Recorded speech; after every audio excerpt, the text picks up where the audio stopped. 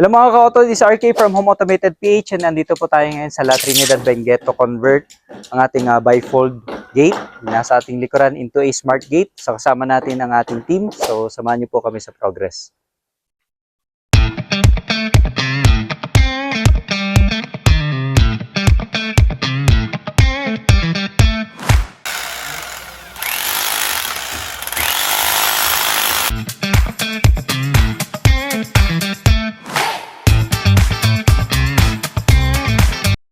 Hello mga ka-auto, so today is automation day and yung ating bifold gates is naka-mount na, no? Ayan. So naka-install po siya and naka-align na rin po yan. And next phase na po natin would be yung automation. To convert yung ating traditional bifold gate into a smart gate. Okay? Ayan. Gawin yung ating team. Ayan. So sa pag-prepare ng mga provision for the wirings na. Ayan. Medyo marami tayong electrical pagdating sa smart gate conversion. So, kailangan nating mag-tik-tik and mag-abang ng mga kailangan natin mga tubo, mga conduits para sa ating electrical wiring. Ayan, and sinusukatan po natin mabuti yan to ensure na pantay siya and magandang tignan, no? Aesthetic pa rin siya. And so, dalawang sets ng motors nilalagay po natin since meron tayong dalawang bifold gate. Meron tayong left and right na bifold gate, no? So, tig-isang set po yan. And meron tayong mga motor arms, no? So, bali, 4 na piraso yun for left and right to control yung opening ng ating smart bifold gate. Okay? So, yan. Buti maganda yung panahon. Yan, makikita nyo. Maganda yung sinag ni Haring Araw. Yan. Okay pa yung weather for today. So, banat muna habang ganda pa yung panahon. Yun. So, yung mga ka-auto, dito tayo sa loob. And going yung fitting work para sa ating control board. No? Yan. So, dyan natin ilalagay yung ating control board para dun sa automation itong gate na to. So, ito yung left side na gate pag nandun ka sa labas. So, going. Fitting works. Yan. Yung location ng ating sensor. Ito yung kagandahan na kapag under construction pa kasi pwede mo pa siyang i-chip and later is tatakpan para nakatago lahat ng ating mga wires. And yung naka-expose lang is yung sensor saka yung panel. Okay. Kasi para malinis siyang tignan.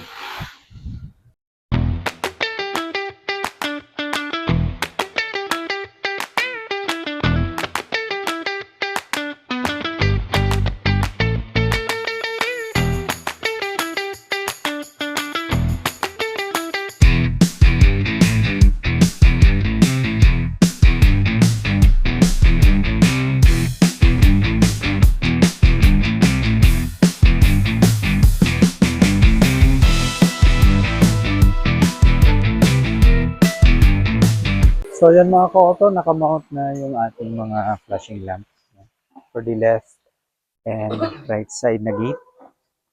So magsisync po yan while ongoing operation yung ating mga gates later, no? Pag tinas na po natin yan. So going na rin yung cover up. Yan. Para nakatago yung ating mga wires. And dito naman sa loob. And naka-mount na po yung ating main panel. Kasama yung ating circuit breaker. No? And papansin nyo na cover up na rin yung ating mga wires. And later meron pang finishing touches yan. Saka yung ating bracket for the motor. And naka-mount na rin. And ito yung ating motor. No? Napakaganda. No? So matching siya dun sa kulay ng back panel ng ating gate. Okay. Later i-mount na rin natin yan and matetest natin yung operation niya. Okay.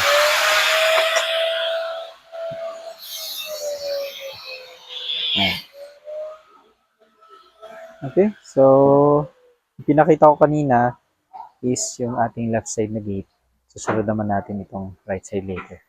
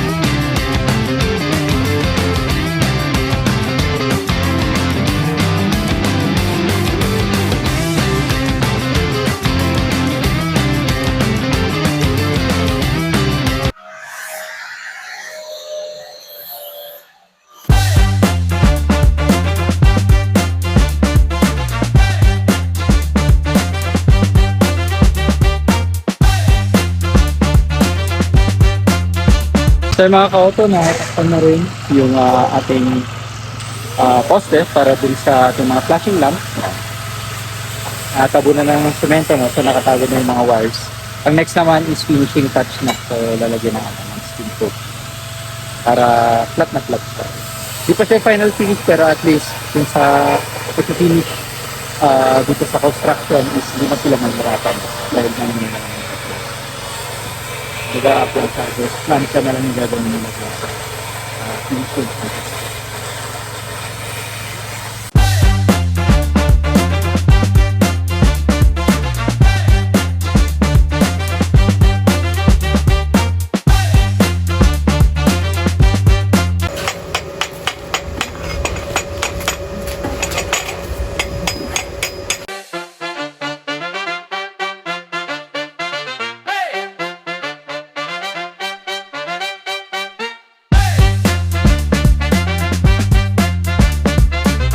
So ito mga kauto, maglalagay na tayo ng smart gate lang. Okay.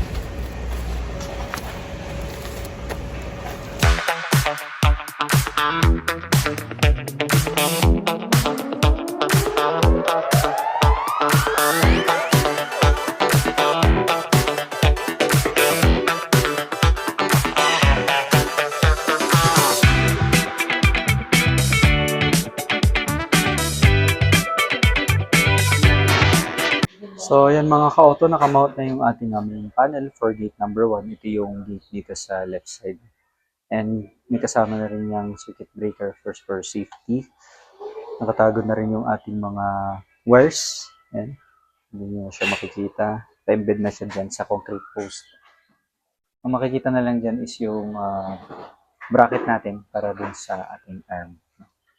And nakamasilya na rin. Yan, yung counterpart niya dito sa may gate side. Yan, para malinis siya pag na-finish later.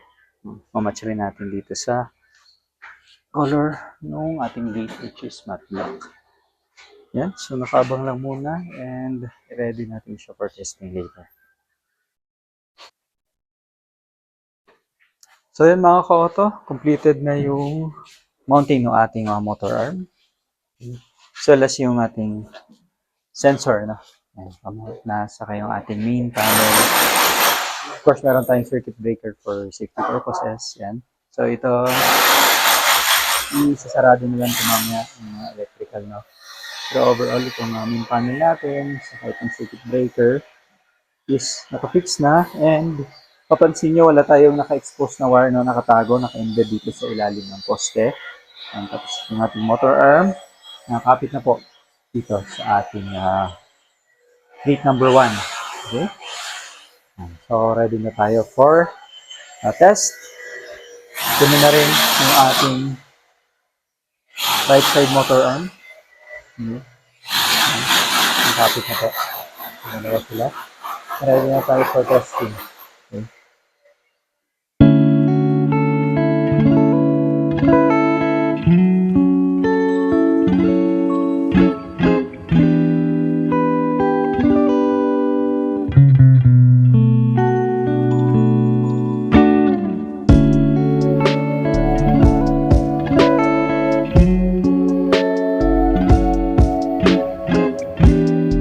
So yung mga ka-auto, completed na yung ating gate number 1 and ready na tayo for testing. With the click of a button, mag-open na yung ating bifold gate. Napapansin niyo yung ating flashing light. Yung sa left side, blink ka na. So nakasync po yan sa ating gate. Okay. So yan po ang kanyang full open. And another click of a button. So close naman tayo. Okay.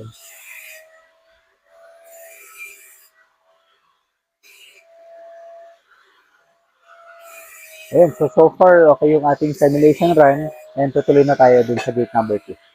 So,